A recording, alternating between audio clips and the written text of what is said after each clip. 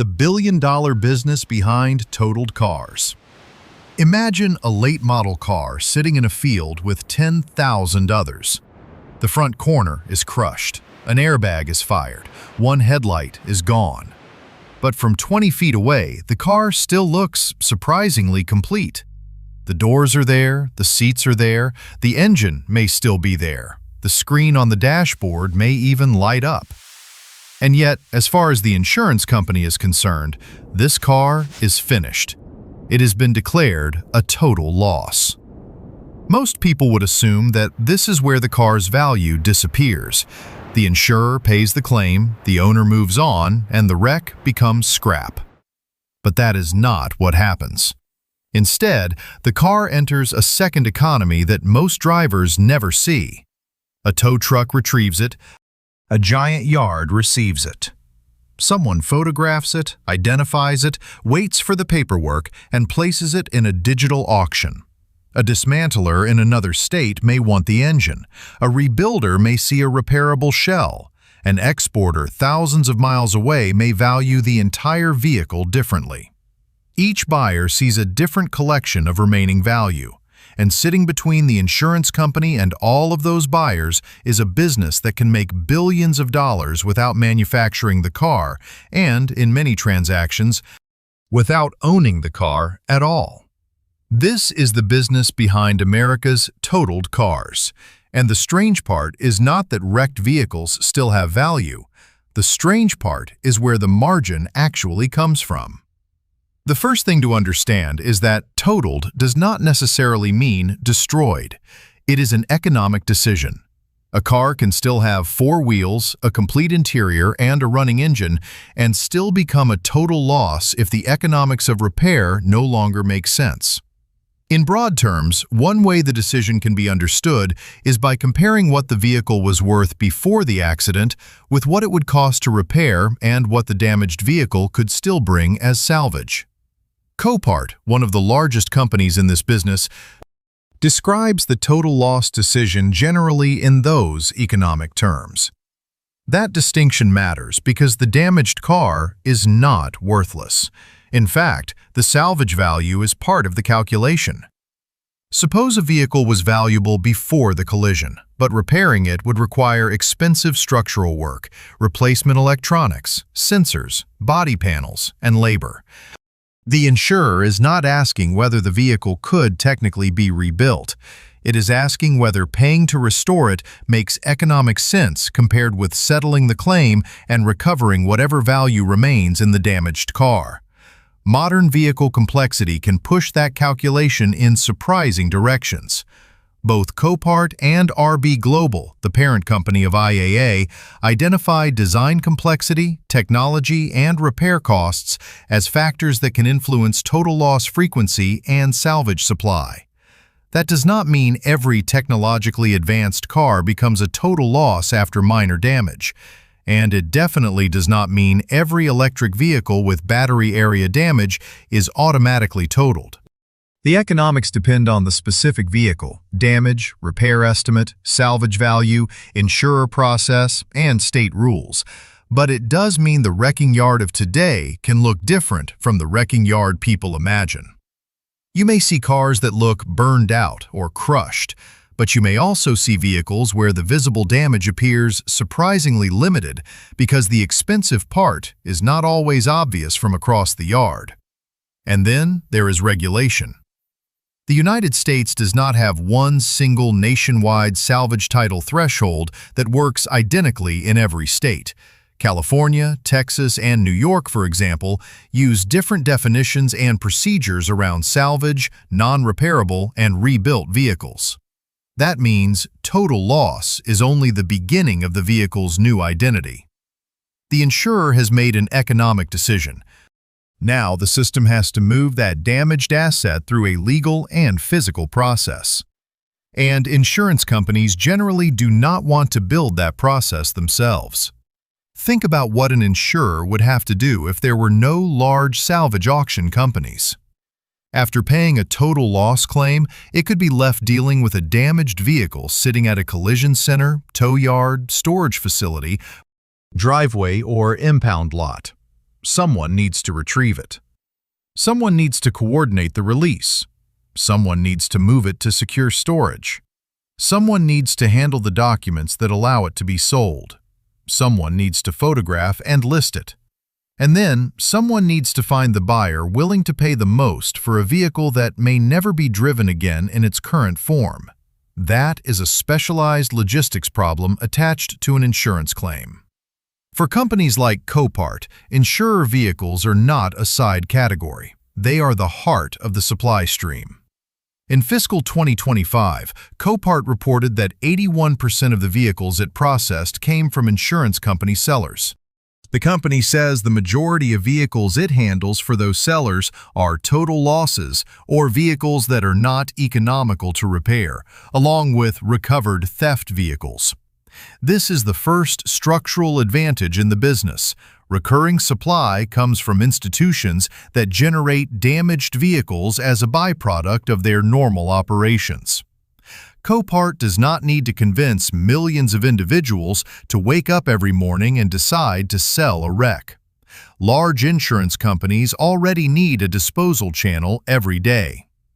Once a vehicle is assigned, Copart can arrange towing from wherever the car is located to one of its facilities. It may also advance certain release charges and later recover them. The job begins before the auction even exists. That is important because if you only look at the website, the business can seem almost like eBay for damaged cars. But the website is the visible surface of a much deeper system. Before anyone can bid, the physical car has to enter the network. And there is another unusual feature. In the United States and several of its other core markets, Copart primarily operates as an agent for the seller. It is not simply buying every wreck from an insurer, putting the vehicle into inventory, and hoping to resell it at a higher price. That changes the risk profile. A normal used car dealer makes a large part of its money by buying a vehicle at one price and selling it at another. If the dealer overpays, the dealer owns the mistake. A salvage marketplace can work differently.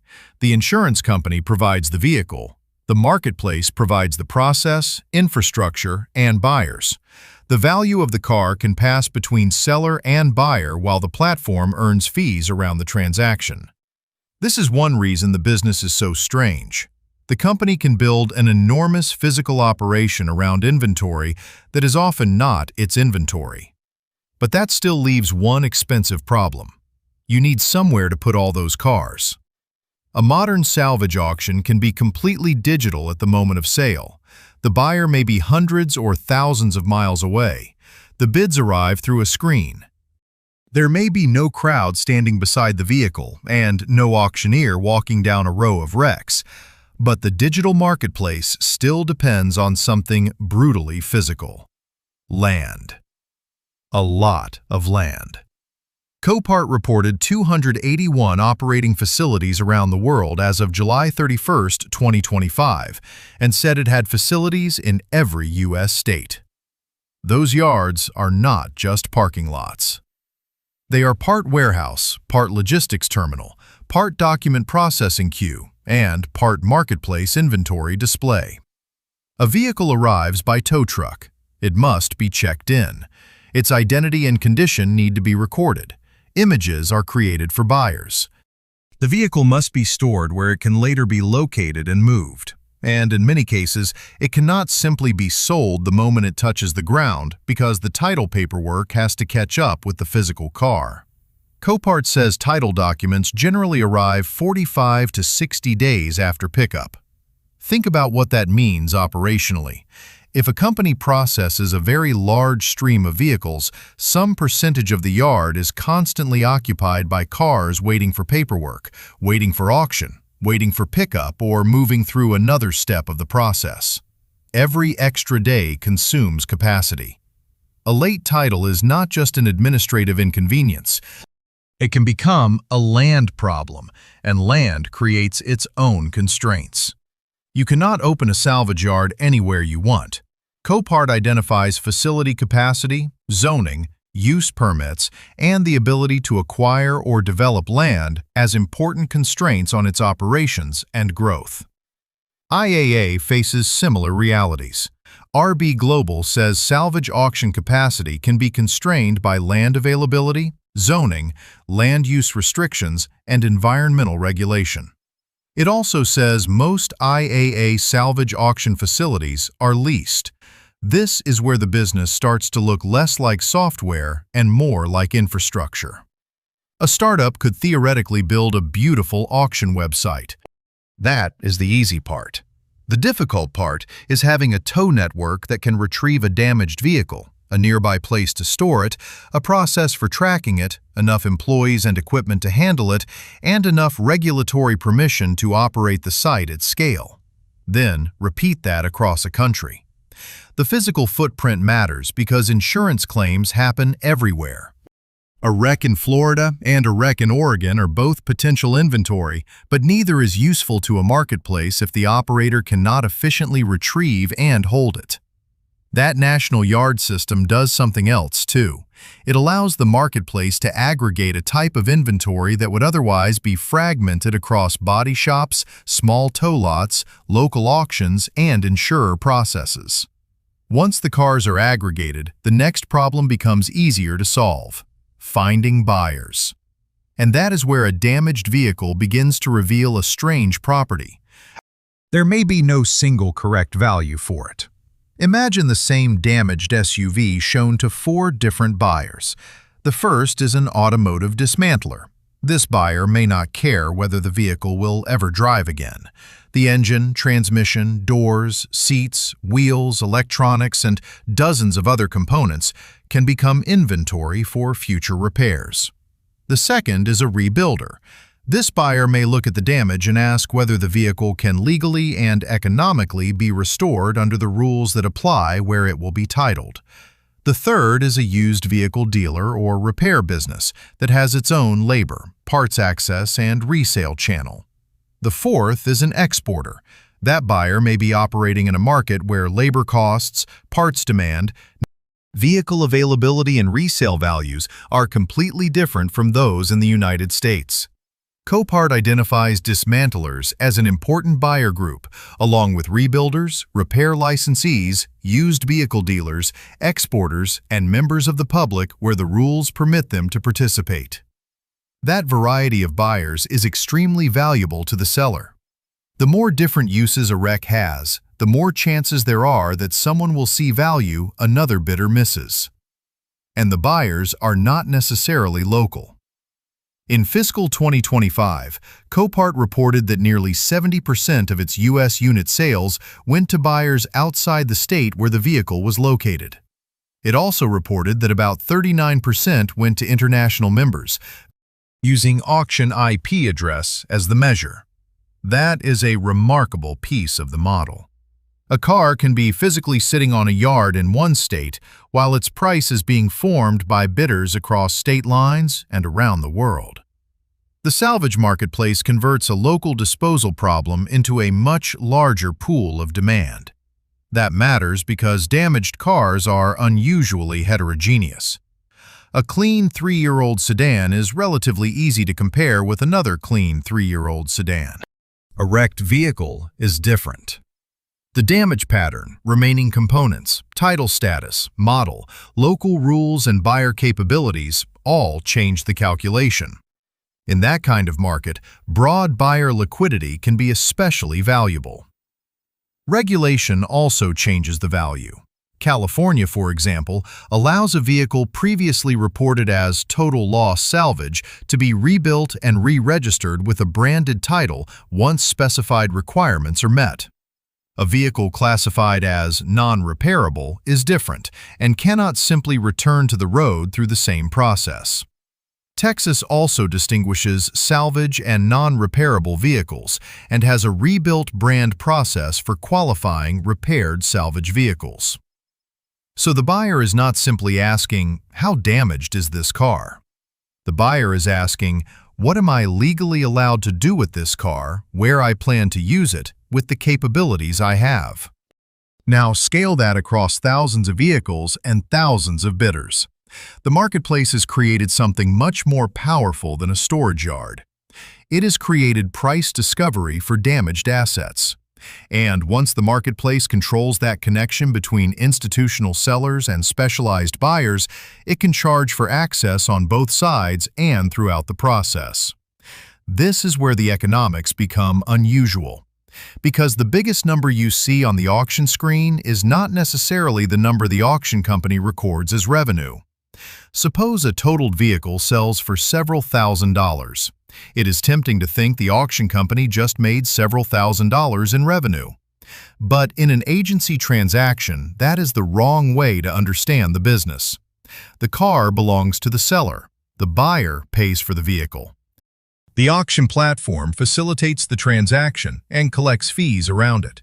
Copart's filing describes service revenue that can include purchasing fees, listing fees, seller fees, transportation fees, title processing fees, storage fees, bidding fees, and loading fees.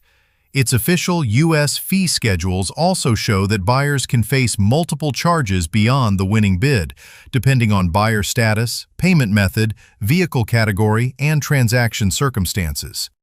Those can include transaction-related charges, gate fees, virtual bidding fees, storage charges, late payment charges, or relist charges. There is no single universal fee number that applies cleanly to every car and every buyer. The point is the structure. One damaged vehicle can generate several moments where a service is being provided and a fee can be charged. The vehicle needs to be retrieved. It needs to be processed. It may need title work. It occupies yard space. It is exposed to a bidding platform. After the auction, it has to leave the facility. The company has built an operating system around the transaction, and the fee stack monetizes that system. This is why looking at gross vehicle value alone can be misleading. A marketplace can facilitate enormous value without booking the entire value of the vehicles as its own revenue. Copart provides a clean illustration. In fiscal 2025, about 85% of its revenue came from services. Only about 15% came from vehicle sales. So the company looks less like a used car merchant than the wrecked inventory might suggest. And the agency structure does something important to capital risk. If the platform does not own most of the insurer-supplied inventory, it does not have to make the same bet a dealer makes, buy thousands of damaged cars at the right price, and hope the resale market remains favorable. Instead, its major investment is in the network that handles the cars. Land, facilities, technology, tow coordination, employees, document processing, buyer acquisition, and retention. The platform still has major costs. Moving a wreck is not free. Storing it is not free. Developing a yard is not free. A title delay consumes capacity. A storm can force emergency expansion. Environmental and zoning rules can block growth, but the company can separate the risk of owning the inventory from the economics of processing it. That is a powerful model when the network reaches scale. And Copart's financial results show just how large that scale can become. In fiscal 2025, Copart reported roughly $4.65 billion of revenue. Its operating income was roughly $1.7 billion. That works out to operating income equal to about 36% of revenue. For a business that operates enormous physical yards, coordinates vehicle transport, and employs people to handle real-world assets, that is a striking level of operating profitability. Again, the explanation is not that every wreck contains some secret fortune. It is that the marketplace sits at a valuable point in the chain. On one side are large sellers, especially insurers, who need damaged vehicles removed and monetized efficiently. On the other side are specialized buyers, who need a large, searchable supply of vehicles and parts opportunities. In the middle is an infrastructure network that can charge for moving the vehicle from one side to the other, and the network becomes more useful as it grows. Copart's 281 operating facilities globally, as reported at the end of fiscal 2025, illustrate the physical scale. Its presence in every U.S. state helps it serve insurers whose claims are geographically dispersed. That matters because an insurer does not want a salvage solution that works brilliantly in 5 cities and poorly everywhere else. A national insurer benefits from a national process. A large yard network can also support more vehicles, which can attract more buyers. More buyers can improve liquidity. Better liquidity can make the marketplace more attractive to sellers. More seller volume can make the platform more valuable to buyers. That is the flywheel. But the company is not simply collecting a percentage of a giant pile of wrecked cars while doing nothing. Its scale also creates scale obligations. Every vehicle has to be moved, identified, stored, and released. Land has to be available. Local permits matter. Employees and contractors have to be coordinated. Documentation has to be managed. The company has to keep the virtual marketplace working while the physical yards keep moving. The stronger margins therefore point to a specific kind of competitive advantage. Once enough fixed infrastructure and marketplace liquidity are in place, additional volume can move through a system whose most difficult components have already been built. That does not mean every extra car is almost free to process. Towing and handling remain real variable costs. But it does mean scale can improve the economics of the network. Still, a single company's profitability could be a special case, so it helps to look at another major operator. IAA, now part of RB Global, reveals many of the same structural features from a different angle. RB Global is broader than salvage vehicles, so its numbers need to be handled carefully. The company operates multiple marketplaces. IAA is its automotive salvage business, but not every dollar in RB Global's consolidated figures belongs to IAA. With that caveat, the parent company's disclosures are still useful because they show how large the automotive marketplace can be and how the fee structure works. In 2025, RB Global reported approximately $8.66 billion of automotive gross transaction value and about 2.45 million automotive lots sold. Those figures are automotive, not salvage only. But another disclosure tells us something specifically important about IAA's business model. RB Global said only about 2.7% of IAA vehicles sold in 2025 were sold under purchase agreements, where IAA acted as principal. In other words, the overwhelming majority were not vehicles IAA had bought for its own account in the way a traditional dealer might buy inventory.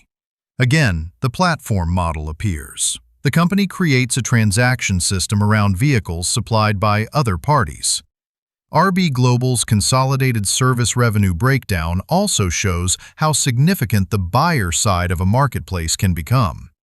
In 2025, it reported about $2.24 billion of transactional buyer revenue, compared with roughly $929 million of transactional seller revenue, plus additional marketplace service revenue. Those are parent company figures across the business, not IAA-only salvage revenue. But they demonstrate an important principle. Buyer access is monetizable. A buyer is not simply a passive person who shows up and hands money to the seller. In a large marketplace, the buyer can pay for the ability to transact efficiently inside the system. RB Global also reported that transactional buyer revenue grew faster than gross transaction value in 2025, in part because of changes to buyer fee structures introduced in late 2024 and early 2025. That tells us something about the economics of a mature marketplace. Growth does not have to come only from processing more vehicles. It can also come from changing how the existing transaction is monetized. Of course, pricing power has limits. Push fees too far, and buyers can look for alternatives, change bidding behavior, or adjust what they are willing to pay for the car itself. The platform has to keep the market liquid enough that both sides continue to participate. And this brings us to the real barrier to entry. It is not just a website. It is not just a yard. It is not just an insurance contract. It is the combination of all three sides at once. Imagine trying to build a new national salvage auction competitor from scratch. You begin with sellers. An insurance company asks, "Where are your facilities? How quickly can you retrieve a car? Can you process claims across the country? How much buyer demand will your auctions attract?" You then approach buyers. They ask, "How many vehicles do you have? How often do new vehicles appear? Are the locations useful? Is there enough variety to justify learning your platform and moving transport capacity toward your yards?" Then you try to build yards. Local governments ask about zoning, land use, environmental rules, and operating permits. Landowners ask for money. You need employees, equipment, security, and systems. You need to coordinate towing across a large geography. Each part depends on the other two. Without insurer supply, the yards are empty. Without yards, insurers cannot efficiently give you supply. Without buyers, the cars do not achieve competitive pricing. Without enough cars, buyers do not have a reason to return. That is why the network can reinforce itself. Copart's seller mix demonstrates how powerful the institutional supply side can become. 81% of its processed vehicles in fiscal 2025 came from insurance company sellers. Its buyer geography demonstrates the demand side. A large majority of U.S. unit sales crossed state lines, and a substantial share went to international members. Its facility footprint demonstrates the physical side. Those three pieces together are much more difficult to copy than any one piece by itself. The land network may also create local density advantages. If a company already has a facility and towing relationships near where claims occur, retrieving another vehicle can fit into an existing operation. A new entrant may need to create that local infrastructure before it has enough volume to use it efficiently. Title processing adds another layer of institutional knowledge. Salvage documentation varies by jurisdiction. A national operator needs systems that can move vehicles through different state requirements without turning every claim into a custom project. This is not the kind of moat that looks glamorous. It is a moat made of dirt, tow routes, paperwork, software, and repeat relationships.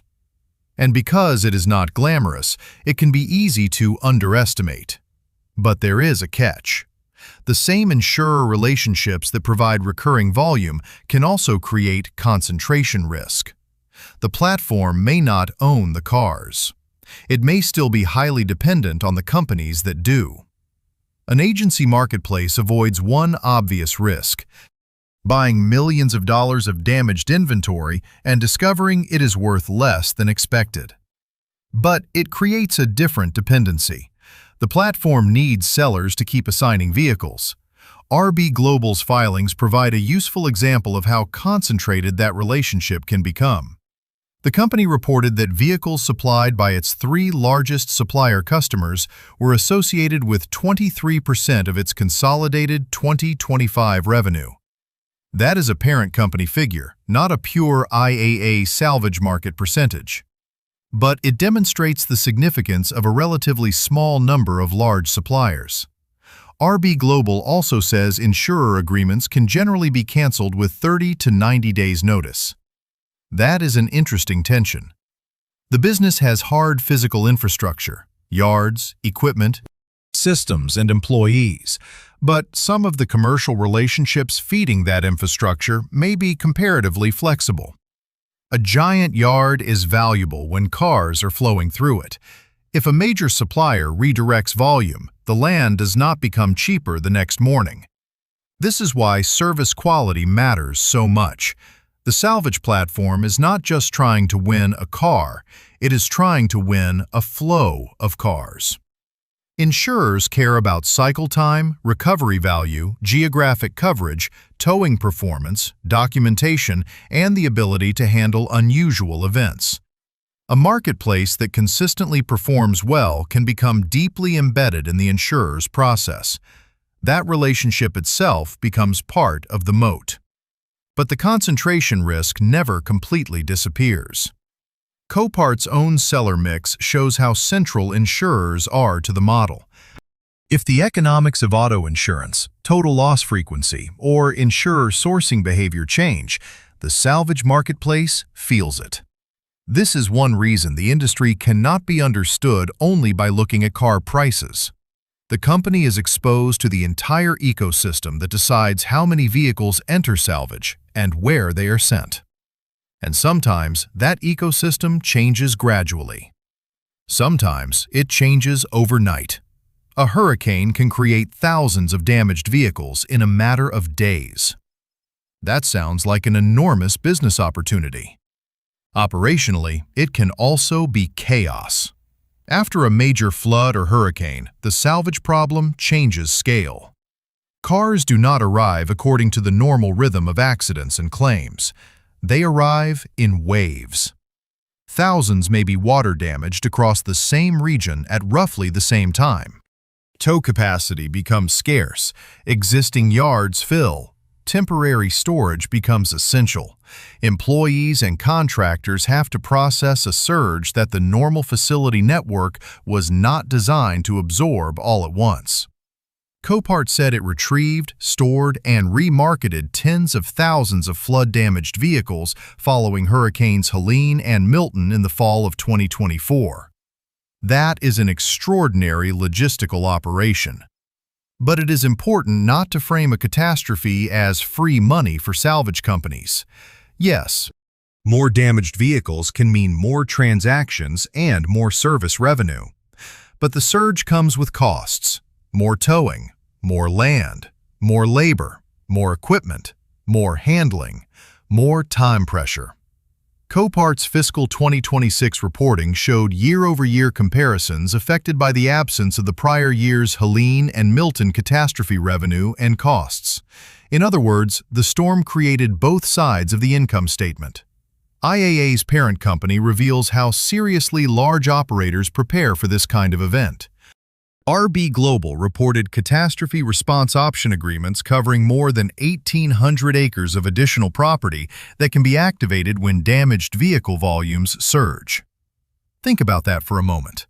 A digital auction marketplace keeps options on enormous amounts of physical land because someday, somewhere, a storm may suddenly turn tens of thousands of cars into salvage inventory. That is one of the clearest examples of what this business really is. It is not merely an auction. It is surge logistics. The operator needs to be able to expand physical capacity faster than the normal real estate process would allow, and catastrophe response can reinforce the insurer relationship. If a marketplace can absorb a flood of vehicles when a carrier is under maximum pressure, that performance can make the platform more valuable long after the storm ends. But the same event can expose weak points too. If yards are full, every incoming tow becomes harder to place. If titles and documentation are delayed, vehicles remain on land longer. If transport networks are disrupted, pickup and removal slow down. The moat can become the bottleneck. Then there is another bottleneck that no amount of extra acreage can solve by itself: the legal identity of the car. Because a wreck does not follow one national rulebook, a damaged vehicle can cross state lines in seconds on an auction screen. Its title cannot. The United States has a fragmented system of state vehicle rules, and that fragmentation shapes who can buy a salvage vehicle, what documents are required, whether a vehicle can be rebuilt, and what happens after the repair. California gives us one example. If a vehicle is wrecked or damaged and the insurer declares it a total loss salvage vehicle, the state can issue a salvage certificate. California also distinguishes non-repairable vehicles. Once a vehicle receives that non-repairable status, it cannot simply be revived and returned to the road through the ordinary revived salvage process. A total loss salvage vehicle, however, can potentially be rebuilt and re-registered with a branded title after the state's required ownership documentation, verification, safety inspection, and other requirements are satisfied. Texas uses its own framework. The state distinguishes salvage and non-repairable vehicles and provides a rebuilt brand process for qualifying repaired salvage vehicles. New York uses another set of rules. Its salvage program includes a 75% damage threshold in specified situations involving insurance company acquisition. The important point is not the exact details of those three states. The important point is that the details differ. There is no single sentence like, "A car becomes salvage at exactly this percentage everywhere in America." That matters to the marketplace because legal status affects liquidity. Some vehicles can attract rebuilders. Some may be restricted to dismantlers or parts channels. Buyer eligibility can vary. Documentation changes what can be done with the car after the sale. So, title processing is not clerical work sitting beside the business model. It is part of the business model. A marketplace that can efficiently turn a damaged vehicle into a legally sellable asset is creating value for the insurer. A buyer who understands the title status can price the vehicle more accurately. A delay or documentation problem can trap a car on expensive land. This also explains why salvage auctions can look intimidating to ordinary consumers. The car may be visible online, but the legal path after purchase is not necessarily simple. For the platform, that complexity can work both ways. It creates operating cost and regulatory risk, but it also raises the value of institutional expertise. A company that already knows how to process millions of transactions across different jurisdictions has built a capability that a simple online marketplace would struggle to reproduce quickly. And the regulatory complexity is likely to remain relevant even as the vehicles themselves change. Because the next generation of salvage supply may be shaped by a different kind of complexity, the cost of repairing the machines we now call cars. A modern car is not just sheet metal around an engine. It can contain cameras, radar, sensors, control modules, sophisticated lighting, driver assistance hardware, and complex structural systems. In some vehicles, the battery or electrified powertrain adds another layer of expensive components and specialized repair decisions. Again, the safe conclusion is not that technology automatically makes cars disposable. It does not. But both Copart and RB Global identify vehicle complexity, technology, and repair costs among the factors that can influence total loss frequency and salvage supply. And that makes intuitive economic sense. Return to the total loss equation. The insurer is not asking whether a damaged vehicle can theoretically be repaired at any cost. It is asking whether repairing the vehicle makes economic sense compared with its pre-accident value and the value that can still be recovered through salvage. If repair costs rise faster than vehicle values, more borderline cases can move toward total loss. If salvage buyers are willing to pay more because valuable components remain in the vehicle, salvage recovery can also affect the calculation. The same technological complexity that makes a car expensive to repair may make some of its undamaged components more valuable to dismantlers. That is the paradox. A vehicle can become uneconomic as a complete repaired car while becoming extremely interesting as a collection of parts. And the auction platform does not have to predict the value of every component itself. It lets specialized buyers do that work through bidding. The dismantler knows what an engine or headlamp or control module is worth in its own inventory system. The rebuilder knows its labor economics. The exporter understands a different destination market. The marketplace aggregates those private calculations into one auction price. This is why the salvage auction model fits the strange economics of totaled cars so well. The asset is difficult to value because it has many possible futures. The platform creates value by collecting those futures into one place. Now, return to the car we started with. To the driver who owned it, the story may feel finished. The insurance company has declared a total loss. The car is leaving on a tow truck. To the insurer, the vehicle is a claim that must be settled and an asset that still needs to be converted into recovery value. To the dismantler, it may be hundreds of individual pieces of future inventory. To the rebuilder, it may be a project, if the title, damage, and economics allow it. To an international buyer, it may be worth more in another market than it is where the crash occurred. But to the salvage auction company, the most important asset may not be the car at all. It is the network.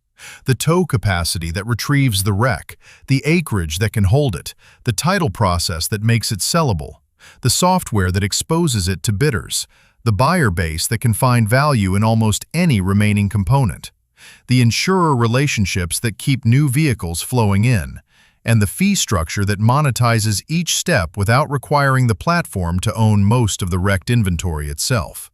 That is how a field full of cars that insurance companies have already written off can support a multi-billion-dollar business. The crash does not erase the value. It changes who can see it.